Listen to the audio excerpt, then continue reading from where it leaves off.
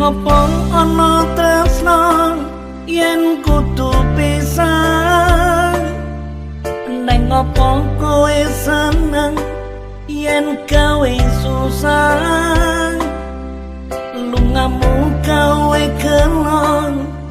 nyiksa atiku lara aku wong isih urip mbok anggap wis tanpa nyawa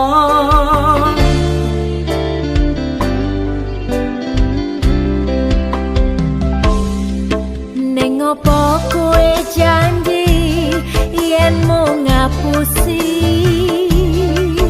neng opo